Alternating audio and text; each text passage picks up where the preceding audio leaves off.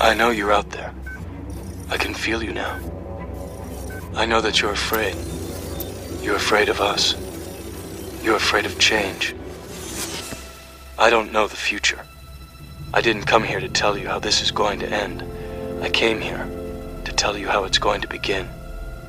I'm going to hang up this phone, and then I'm going to show these people what you don't want them to see. I'm going to show them a world without you. A world without rules and controls, without borders or boundaries. A world where anything is possible. Where we go from there is a choice I leave to you.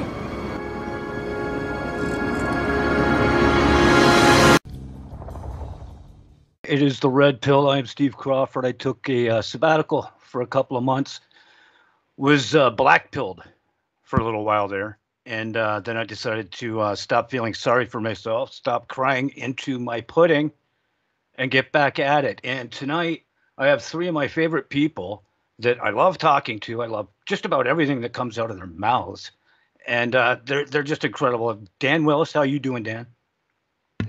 Stephen, you've gathered together some of my absolute favorite people as well. And this is going to be a stellar show. I mean, what we're going to be talking about. I got goosebumps just thinking about it. Laura Eisenhower, how are you doing, Sunshine? Hi, I'm doing pretty well. Thank you so much for pulling this together. It's just incredible, very surreal to just all of a sudden, like, boom, be in front of two of my favorite people for sure. And you, Stephen. Well, thanks for putting me in there. This is a bucket list for me. And Michael, how are you doing tonight? Michael Salla. I'm great. Thank you for having me on the show, and great to be with Dan and Laura again. Yeah, like I was saying, this is like a dream team for me, because between the three of you, we could talk about just about every single, theorize at the very least, about just about every subject out there. And so that's what tonight's going to be about. Now, Michael, Dan was telling me, and actually I was reading your article. You had the article come out. Let me bring this down here. Cabal leaders go to Antarctica, and this is freaking me out, because if it's real, then damn, let me get back up there. Cabal leaders go to Antarctica to surrender to extraterrestrials in Earth Alliance. Now, before we get into what the story is all about, where did you happen to come across this story, Michael? I saw the story. Ben Fulford wrote about his sources saying that there were a group of world leaders that went to Antarctica, that they were surrendering. So I thought that was fascinating. And I then saw Joseph Farrell also talk about the Antarctica visits. And so I thought, well, there must be something to this. And so I came across this article in a paper called The Void, a British alternative news site, and it had 4 tweets allegedly from Klaus Schwab, Christina Lagarde, and 2 others with a internet technology company, and they all talked about having gone to Antarctica. Well, it turns out that those tweets that were being cited were kind of like disinformation, right, covering up some real event that actually happened in Antarctica. So something did happen there. A group of world leaders, the Cabal, did go to Antarctica. There were some negotiations. There was some surrender agreement that was made, and then the deep state tried to cover that out by putting out disinformation, these false tweets talking about these leaders going to Antarctica. So I think this is the way in which the deep state works, is to kind of like muddy the waters, because the truth was coming out, and so they tried to cover their butt and make it look as though nothing really went down. But my other sources were saying that, yeah, definitely something did happen in Antarctica. Elena Danan, who I've been working with, she did some communications with her off-world contacts, and also heard some of the other more mainstream people talking about this trip to Antarctica. So yeah, definitely something was up, and looks like there's been some sort of surrender negotiation happening. Just that's mind bending.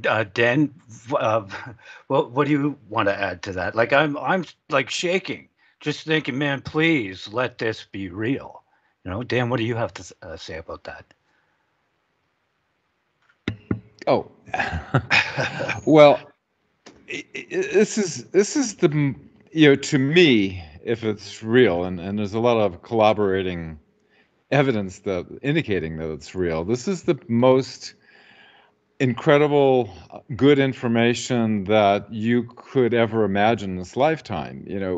Michael and I, since 2001, he's been researching documents, witnesses, and I have too in my own small way, not to the level that he has.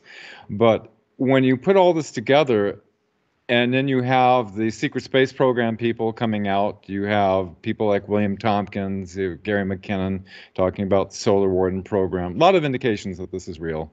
And then you have the latest Galactic Federation of Worlds contactees that have implants that are getting direct communications to the Galactic Federation people that is corroborating with many other indications, and Michael can go into much greater detail.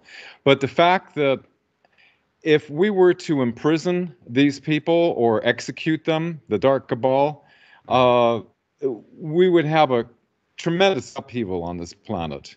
But to be able to take them... There'd be a party, that's for sure.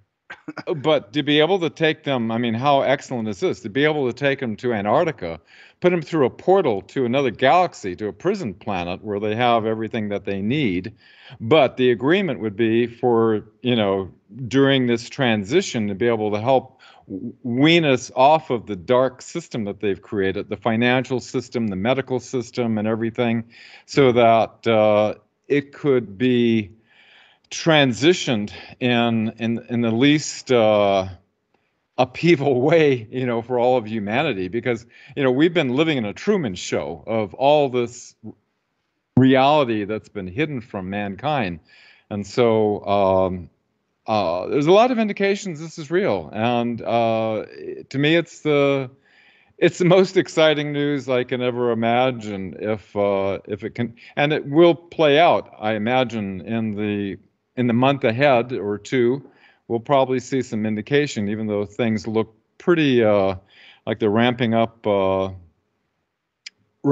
dark agenda pretty quickly lately. Right. So do you think in the next few months, at least, maybe next year, we should be starting to see these politicians and celebrities and such just disappearing without a trace? Or do you think they'll get left behind clones? And actually, let's go to Laura's opinion for a moment here. Laura, what do you think about this story, and have any of your contacts told you about these things? My contacts are pretty much right in front of us. And Michael and Dan and Alex Collier, and man, I've been keeping up with all of it. And what's really wild is what we're dealing with as far as astrological alignments. It all makes sense and it all fits. And this goes sort of beyond astrology, because we're dealing with the sun in conjunction with the galactic center. We're also dealing with the fact that the sun just moved through the 13th sign, which is the sign of Fiacus. It's ruled by the ether. And basically what this represents is the opening of portals. If there's any time at all in this last 26,000 year cycle, or in the last freaking 10 years, that it was possible to remove beings and entities, it would be in this last week, and particularly yesterday and today, and for the next week to come, a major clearing out. I actually just did a presentation about it, a PowerPoint presentation about it, that really goes into detail. I did a video last night, and I've just been talking about it, and it absolutely makes sense that this is completely and totally something that is capable of happening. And it's almost like a D-Day kind of thing, where the timing has to be right. And And the galactics that know about the timing and what's currently going on as far as the planetary body and where humanity is at and where the dark agendas are pushing things, it was the most ultimate window of opportunity to be able to create a very, very drastic turnaround and change to really flip this back to where it belongs, to get the human collective on the right trajectory, and to begin to bring in the things that will help to mitigate all the damages from these assaults, and to help us to also recover from the losses and the casualties that we've been dealing with. I feel an upswing in ways that I haven't for many months. I feel it in my heart. I feel it in my soul. And all the information I've been able to piece together has confirmed and very much mirrored the latest intel that folks like Michael and Dan and Elena have been bringing through, and Alex, of course. That's fantastic, and it actually makes sense too if you think about everything that's going on today. And I don't really want to get into it. I'd like to do one show that I think I could actually put on YouTube without it getting censored. But if you think of everything that's going on today, all of this is just a cover up, or could well be jangling the keys to keep us from looking down at Antarctica and what's going on down there. And it freaks me out how they all see, and unless that's what Michael was saying about that, this part was the disinfo about everybody went down just before Trump got into office. Was it John Kerry and that astronaut? Buzz Aldrin. Is that the stuff you were saying you think is the fake info, disinfo, Michael? Oh, no, they did go down there. Buzz Aldrin and John Kerry, and also Newt Gingrich went down there just after Trump was elected. Newt Gingrich went down there to negotiate on behalf of the Trump administration with the Antarctic Germans and the deep state apparatus that they've set up down there. And that's always been a place where major world figures have had to go to negotiate, to make deals or to give updates on what's happening in their countries. So we saw Barack Obama go down there as well during his administration. He went down to Bariloche, which is very close to Antarctica. Oh, okay. So he could have easily made the jump. I gotcha. Yeah, but these were negotiations. These were where these world leaders were getting their kind of marching orders from the deep state, from the Antarctica operations. But recently, something has been going down in Antarctica, and I think it has something to do with these negotiations that the deep state know that their agenda is collapsing, and that they're going to be found out, and so they are now negotiating terms of their surrender. And one of the things that I found very interesting about Elena's information was that she said that back in July, when there were these meetings held above the atmosphere of Jupiter, that the deep state was given 5 months to get ready to surrender. That in that 5 months, they would have to kind of like get themselves ready to hand over the reins of power, and then they would have a kind of like a sweetheart deal where they would get to leave, take some of their possessions, and go to another planet and start over again. And what was interesting was that in one of the 4 tweets that were put out that were actually faked, it referred to July as, like one of the tweets was Christine Lagarde, who's the current president of the European Central Bank.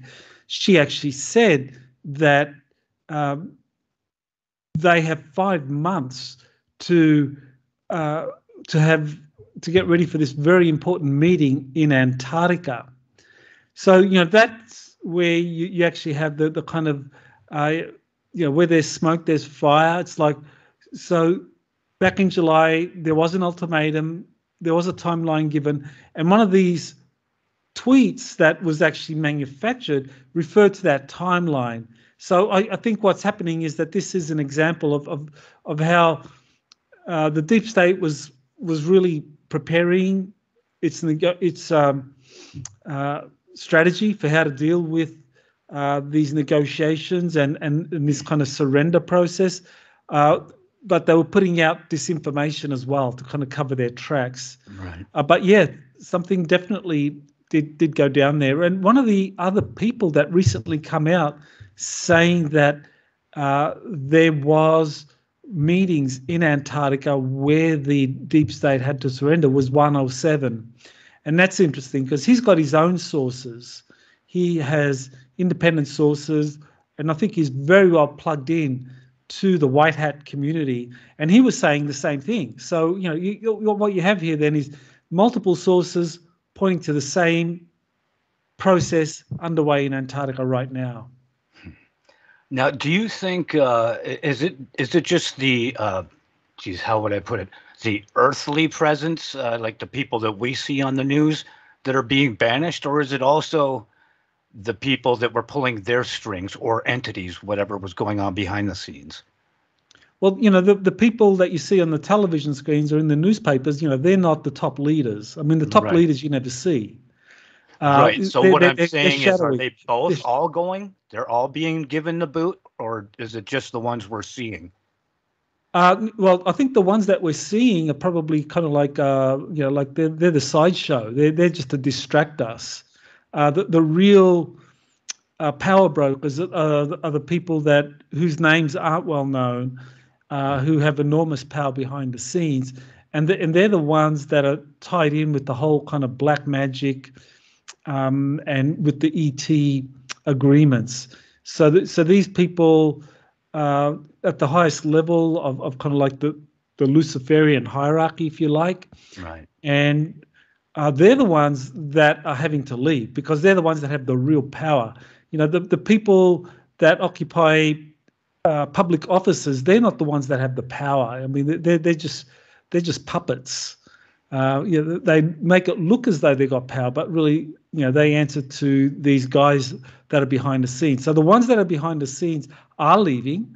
I think they're going to go to a prison planet in another galaxy and start over again, kind of like in a reprise of the Book of Enoch. How the Book of Enoch describes these 200 fallen angels that arrived on Earth back in this kind of like Enochian era, or the pre-Diluvian era, and basically started interbreeding with humans and had this kind of built up this kind of corrupt society that led to the Great Flood. Well, I think that's what happened to the Earth. That's part of our history, that probably the CABAL elites from some other world in another galaxy had to leave, and they came here. Earth was the prison planet, 20 years ago, 20,000 years ago.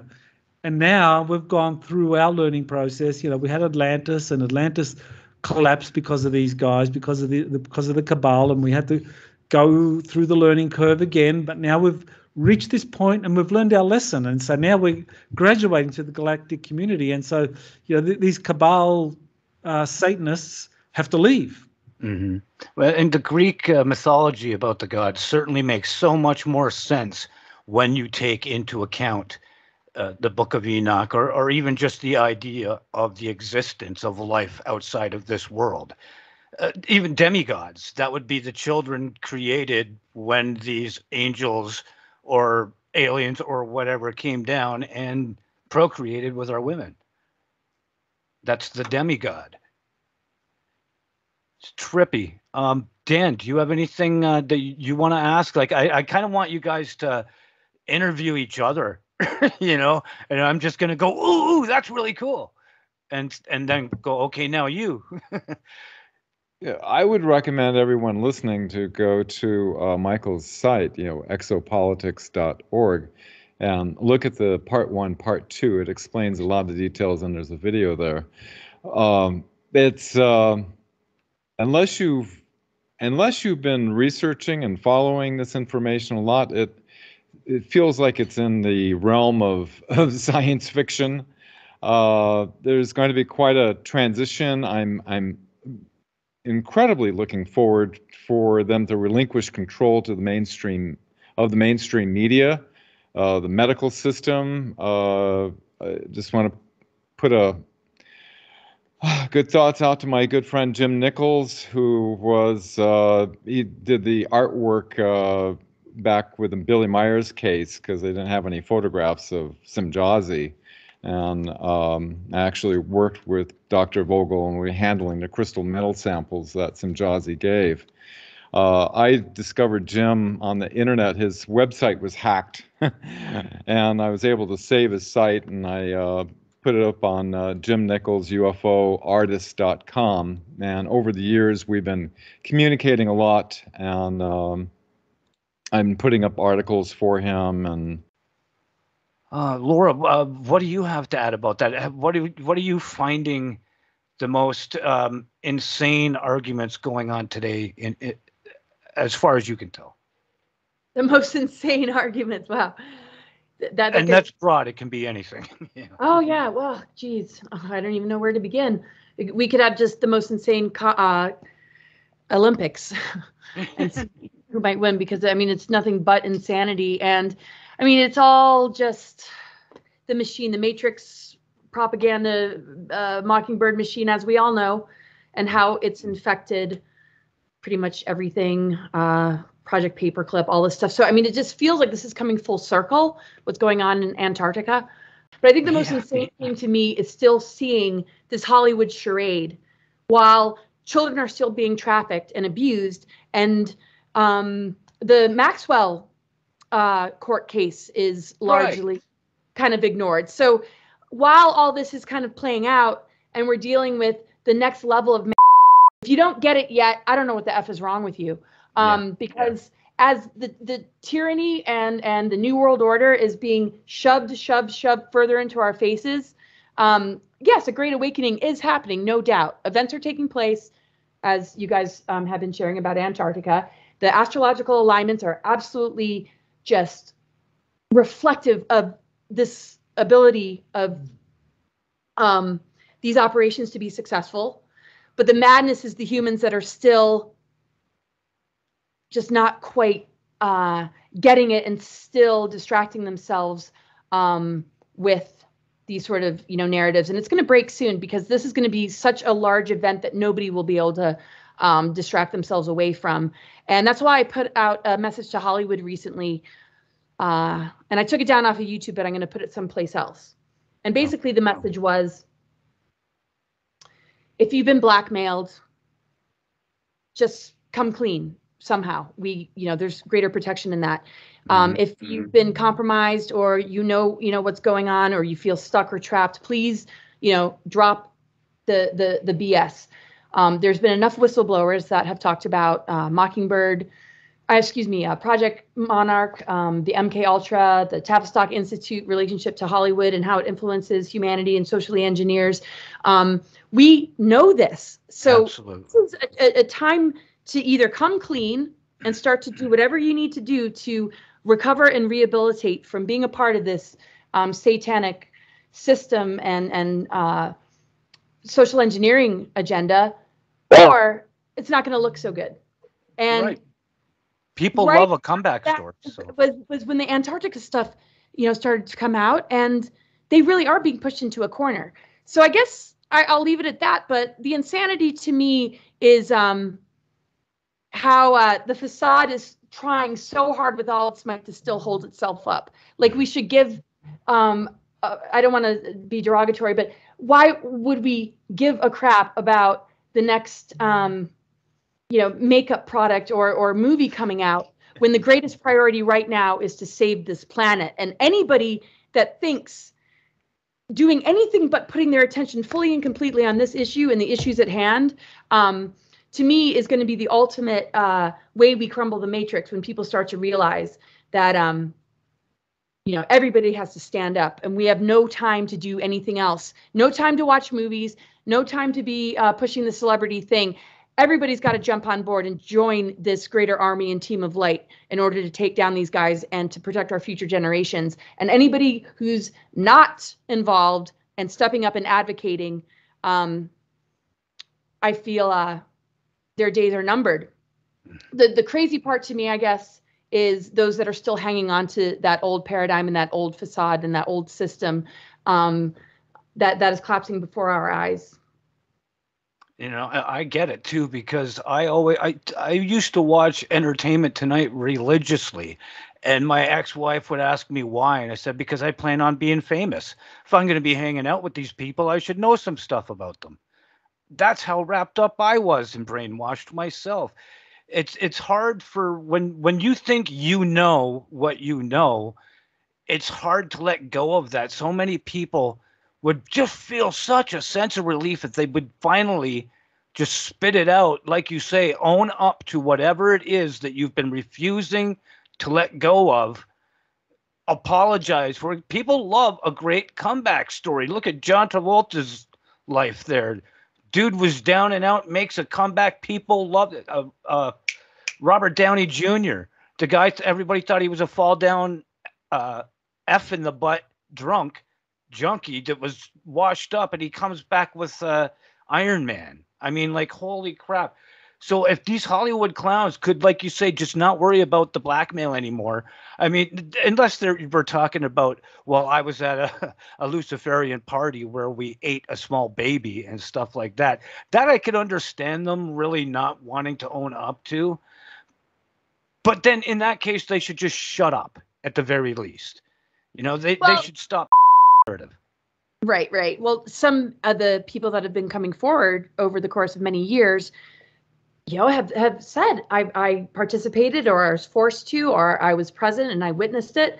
And that should create enough of a chain reaction for those that really don't want to be involved in this cabal, deep state, satanic agenda, to be able to say, wow, if she's able to do that, I can do it. So we can begin and to encourage them. But I think the ones that aren't coming forward are either scared for their lives, or they want to see the results of the agenda, and they're so possessed and consumed by it that they don't want to heal. They don't want to break free. They don't care. They're too consumed in it. So we're, you know, if we can get as many as we can to just separate while they have a chance, we'll be able to just have a greater healing impact on how it has affected, you know, the whole collective. But I'll just leave it at that. But yeah, to me, just that Hollywood piece and where the entertainment industry is involved in all of this, because that's where people have lost themselves to the trance, the media and entertainment industries. Absolutely. And people listening, go to Laura's YouTube page, and actually Dan and Michael have them as well. So go to these people's pages. Laura's putting out a video usually like daily now, right? Even if it's just a short inspirational thing, you usually try to pop something up at least once a day. I don't know. I just pop whenever I pop. I probably should just pop in a corner to myself and not go on camera. But anyway. You're one of the hardest working people out there right now, because I don't know how many times I'll be sitting there and the notice pops up on my computer screen. Laura Eisenhower is live, like a daily thing now, and it's great. We need more voices out there to be doing this. Well, actually, we need more voices with the proper messages. There's way too many voices out there, and it can get conflicting and confusing for a lot of people. Dan, do you have anything you want to add to this? And then we'll get back to the part 2 cabal, because you had that come out today. Actually, okay, back to Dan. I was going to jump to Michael again. What do you have to add about anything that is really crazy, that even anything like what Laura's just been talking about? And then we'll get right back to this cabal stuff, because that's still very fascinating to me. I was just going to say, you know, we're all participants in this. As like Laura was saying, you know, we all have to do something. The thing is, we have what's called a rule of law. And we have people who have done a tremendous amount of research that have the criminal evidence on these people. And so, you know, it's a hard time getting into my website because I'm having some security issues on it. Yeah, I noticed that earlier. The webmatrix.net, just bypass it. I don't do anything commercially on it. Just bypass it. And on the main page, there's a link called Countering the Deep State. I won't say the full word.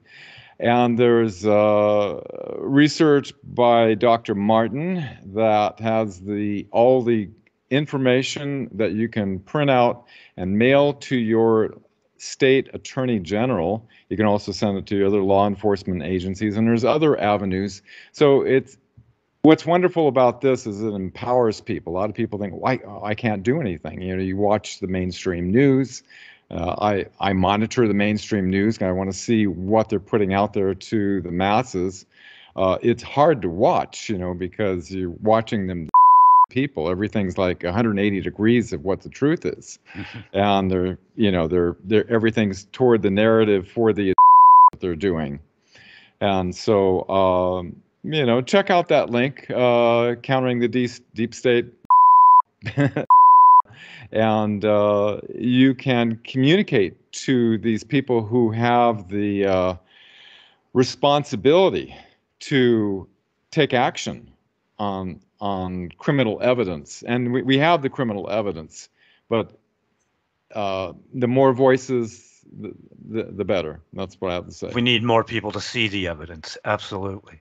And I tried to go to your site earlier, the webmatrix.net, and it wouldn't even let me bypass it. It did, but it brought up a black page with a little picture of the rabbit, and there was nothing else there. I paid for a secure certificate, just to be able to let people in, because Google did this where, the small guys can't afford, secure certificates on all their websites. And so I've been calling them the whole week, and they get, we have delays, they're having trouble, but eventually the secure certificate will get installed. And, some browsers come up blank. A lot of them say, this is a threat. Your information could be stolen and all this stuff. But that's exactly what it said. Yeah, just click on advanced and bypass, and nothing's going to steal anything from anybody. Yeah, because there's great info on there for the people listening. You should be checking it out. A quick shout out to the people on TalkStream Live. We got a good crowd on there tonight, and the people in the chat room. If you just get a chance, you're listening, come down to revolution.radio, and you can sign into the chat room, or you can just listen. And there's a navigation bar there that you can go to the merchandise tab. You can buy some swag for yourself, or you can donate, because we need your donations to buy beer for Christmas. Anyway, Michael, how about part 2? Now that came out, was that today for your CABAL articles? Yeah, that came out today. It was a channeling of one of these other off-planet sources that Elena Danaan has been working with. This was a representative from the Intergalactic Confederation. And that's an organization that is associated with seeding worlds in different galaxies with the human genome. And we know a little bit about them because they were involved in this 1969 case where a Frenchman spent a year at this underground base in the Himalayas, where he shared his genetics with them. It was a voluntary program, and they told him that his genetics would be used to seed a world in another galaxy, and that's all he was told. And he was told that there were other people in there. So it seems that this group, they're largely scientists.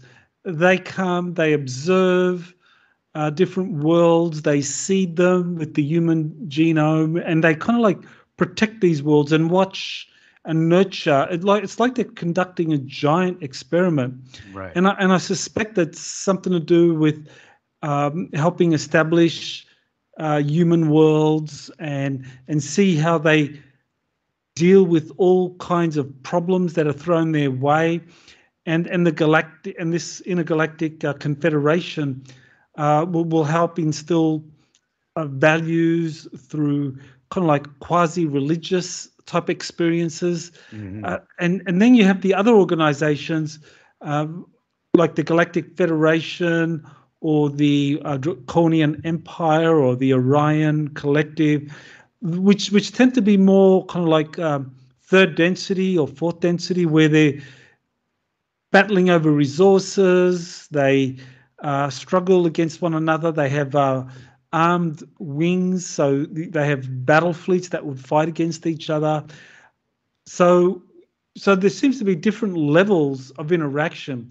So with this part 2, we actually get the perspective of this intergalactic confederation, because part 1 was the perspective from the Galactic Federation about what was happening in Antarctica. So just kind of giving that perspective of these elites being forced to go there to negotiate the surrender, only having 5 months to prepare and so forth.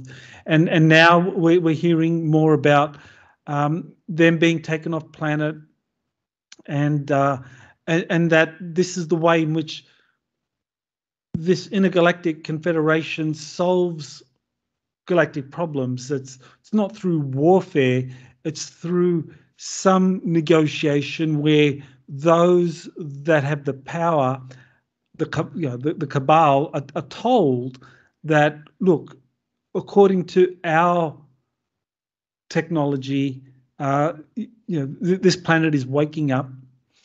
That the people are going to rise up in revolt, and the CABAL is going to be identified. And so better for them to kind of like get out now, because this wave of consciousness is rising. And I think in part 1 I talked about the photon belt.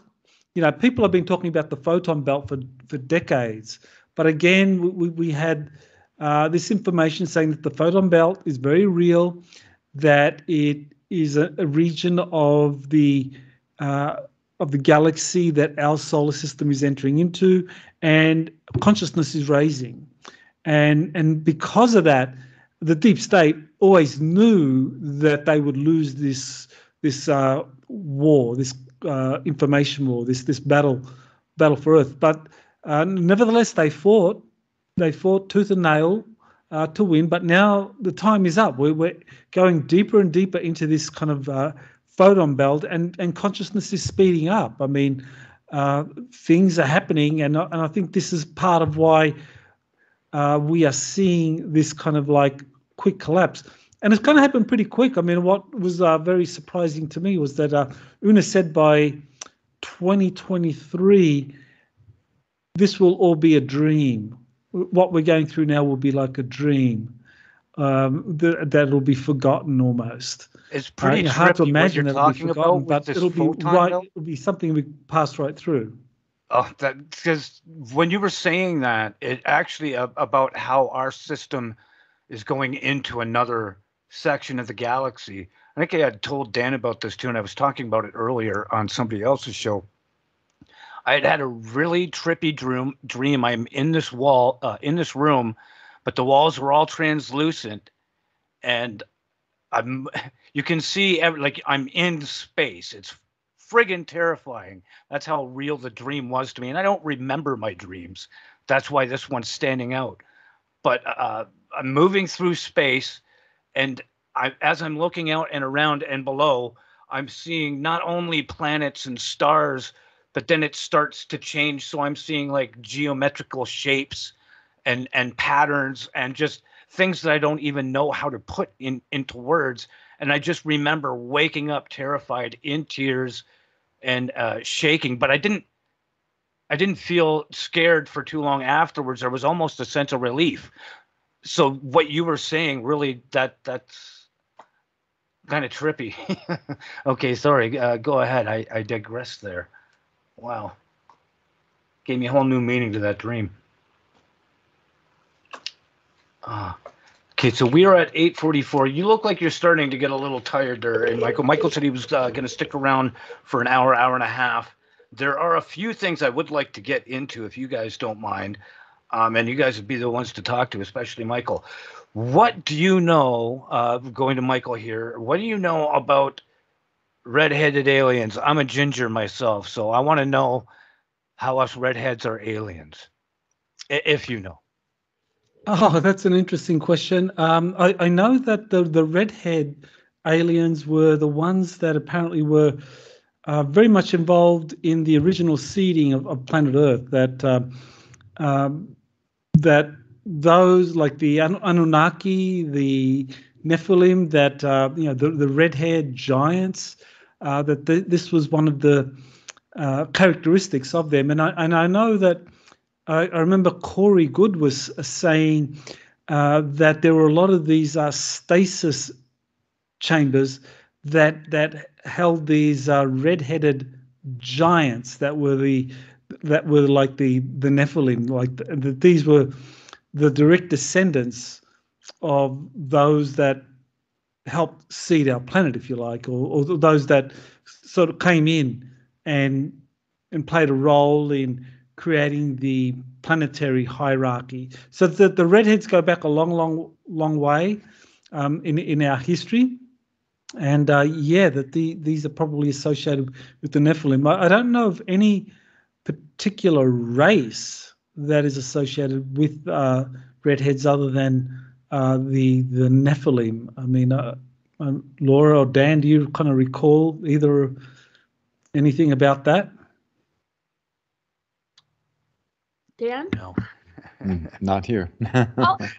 Yeah, I mean, all I can say is there seems to be a connection with the Tuatha De Danann to a certain degree. I mean, we see in certain cultures like Irish, Scottish, Indo-European kind of like where is this kind of coming from? As far as like an ET race, I heard it has something to do with like blood type. And then something maybe about like the Starfire, which has now become Ormus. They've figured out a way to turn alchemy into maybe something we ingest versus something that we attain within ourselves, which I think is the preferable method to do soul alchemy and do the inner work. And that some of those tribes tended to, have red hair, and it was sort of a rarity. Some called it an anomaly, almost like saying it was a genetic distortion, which I don't agree with. But I mean, I just look at it for face value. It's fire. To me, it's just like a very fiery energy. And anybody that's holding that elemental, maybe the original dragon lines that just have this sort of fire element, hey, why not have red hair along with it and look like hair's on fire? It's like it just has a very strong warrior energy to me, and I love the vibration. Red hair is the best colored hair. I love the red-headed women. I personally don't know the exact ET race. I think I mean, ultimately, when we look at our full 12-strand DNA and all the harmonic universes that exist in our DNA, we have a genetic inheritance or connection with pretty much every race. But we have a dominant genetic code that we're born into, right, which is the human vessel that we occupy. So just because somebody's this and somebody's that, as far as their appearance goes, I feel like we have connection to every ET race within our own genetics, and we have that. I'll kind of stop there, or I'll ramble because I really don't have that one figured out. So go ahead, Dan. Okay. There's one more. We're actually coming up on a break in about 10 minutes. So there was one more thing I wanted to get into, and this is I want to ask all of you. We may not be able to get into one or two of you until after the break, but I'd heard a lot about people in Washington and at the Pentagon even saying that part of the reason all the Cabal and elite are getting scared is because the Anunnaki are real and are on their way back here. And there was I heard, I tried to find it earlier because I wanted to share it with you guys, but I can't find it now. There was a audio of a guy from the Pentagon, I wish I could remember his name, talking about this, dead serious. Like he sounded very sincere. What have you guys heard about that? We'll start with Michael. Well, I think this idea of the return of a very powerful group of aliens or founders, if you like. I mean, the Anunnaki, I mean, they, of course, in the Sitchin material or in the Sumerian records, they are the ones that help seed the human race. Well, what we know is that this group that's called the Intergalactic Confederation has arrived with a very powerful fleet. and parked itself just around Jupiter to observe the changes that are happening, generally in our solar system, but also on Earth, because the Earth is like ground zero for our solar system, because that's where the biggest kind of surface population is, and we have an abundance of life and so forth. So they're here to observe it, and so they know this. I mean, one of the very interesting aspects of all of this was, you remember 3 years ago, I think it was, when they discovered Oumuamua, the first interstellar object that astronomers found entering our solar system, that they gave it the name of Scoutcraft. And it's like, well, Scoutcraft to what? Well, it turns out that they knew that this was a Scoutcraft for this incoming fleet. And it's not the Anunnaki per se. It's actually this group of seeders, or another name for them is the guardians, that they've arrived, and they've arrived, and because they represent a kind of like a higher density consciousness, and they're also associated with this other group, which is very, very powerful, and they're called the Council of Nine. Okay. And that's another layer here, because the Council of Nine is, they're not corporeal entities. These are discarnate entities, and kind of like very highly evolved entities that all of the galactics respect and are kind of, I guess, fearful of, might be a word for them, and that they're connected with kind of like the foundational gods, if you like.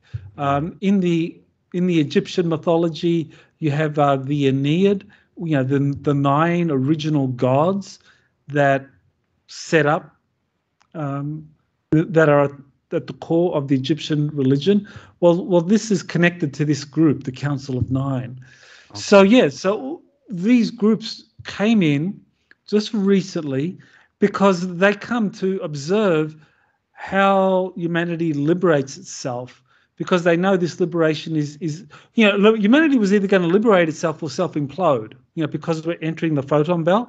Mm-hmm. But we're not self-imploding. We've gone past that danger point. We've got our act together. We didn't start another third world. We didn't start another world war. They're trying really hard, though. You think we're past that danger point? Yeah, totally past it. I mean, I'm going to trust you, Michael, because it's just your a lot of outlook is much posturing. better. It's just a lot of posturing. I mean, the people that are really making the decisions, the white hats, they'll make sure that there's not going to be anything like a world war, because a world war would save the deep state. That would be what would keep the deep state in power, or at least they would be able to get everything that they want through a world war.